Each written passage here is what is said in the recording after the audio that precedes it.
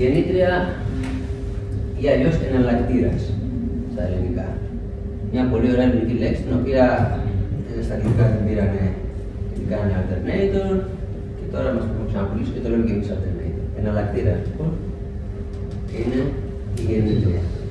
Η γεννήτρια τι δουλειά κάνει? Παράγει τάση. Στην ουσία τάση, υπό την οποία τάση δίνουμε κάποιο ρεύμα, άρα έχουμε μια ενισχύση στο κοινό. Πώς το κάνει αυτό? Ας δούμε ένα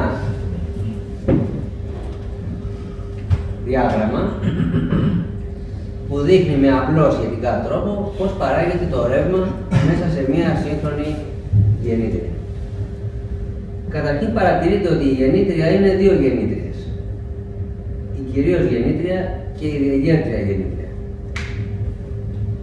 Κάθε μία από αυτές τις γεννήτριες έχει δύο κομμάτια, το στάτη, το σταθερό και το ρότορα, το κινητό μέρος.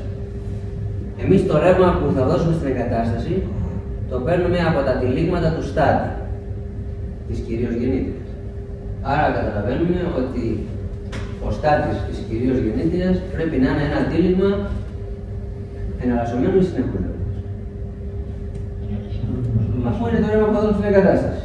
Άρα θα είναι εναλλασσομένου ρεύματος. Και αν θέλουμε τριφασικό ρεύμα στην εγκατάσταση, θα είναι τριφασικό το τύλιγμα. Αλλιώς θα είναι μονοφασικό. Άρα στο στάτη έχουμε ένα τριφασικό τύλιγμα από το οποίο θα πάρουμε το ρεύμα για την εγκατάσταση. Πώς θα δημιουργηθεί όμως το ρεύμα στο στάτη?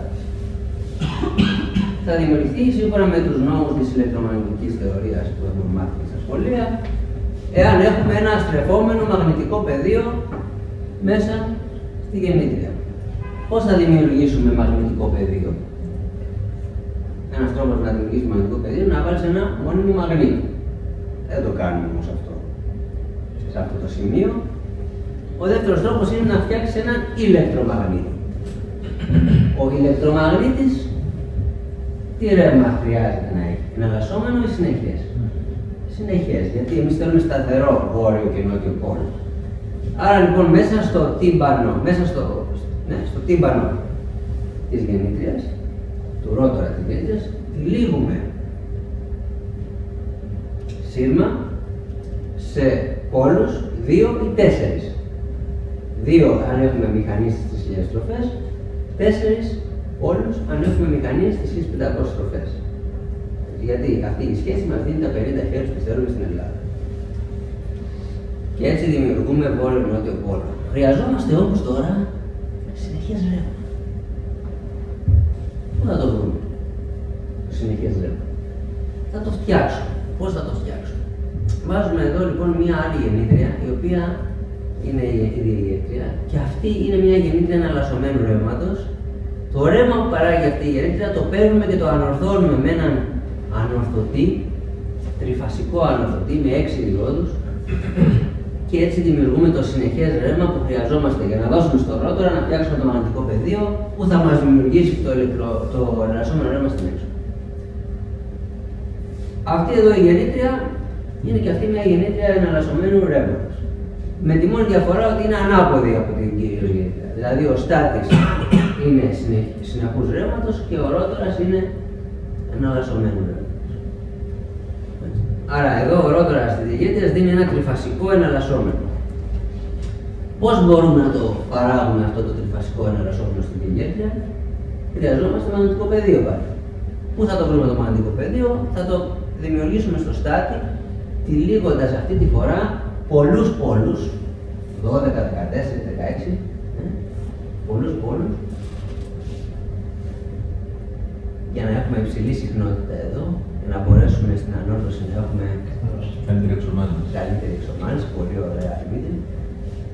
Και εδώ χρειαζόμαστε συνεχές ρεύμα για να τροφοδοτήσουμε το στάτη μας. Πού θα το βρούμε το συνεχές ρεύμα? Να έχουμε μόνιμο, γιατί μπορεί να έχουμε μπαταρία. Τίποτα από όλα αυτά, Γιώργο, δεν φαίνεται να έχουμε εδώ.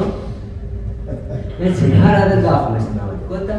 Στην πραγματικότητα έχουμε τον αυτόματο ρυθμιστή τάσης, αυτό δηλαδή το σύστημα αυτόματο λέμε, το οποίο δίνοντας ένα συνεχές ρεύμα στην έξοδο, τροφοδοτεί τη διέγερση και κατά αυτόν τον τρόπο ελέγχει κιόλας την παραγόμενη τάση. Γιατί αν ανεβάσεις εδώ το ρεύμα, ανεβαίνει το μαγνητικό πεδίο, αυξάνεται το μαγνητικό πεδίο, αυξάνεται η τάση στην έξοδο, άρα αυξάνεται το ρεύμα στο ρότορα, αυξάνεται λοιπόν το μαγνητικό πεδίο, άρα αυξάνεται η τάση στην έξοδο της κυρίως γεννήτριας.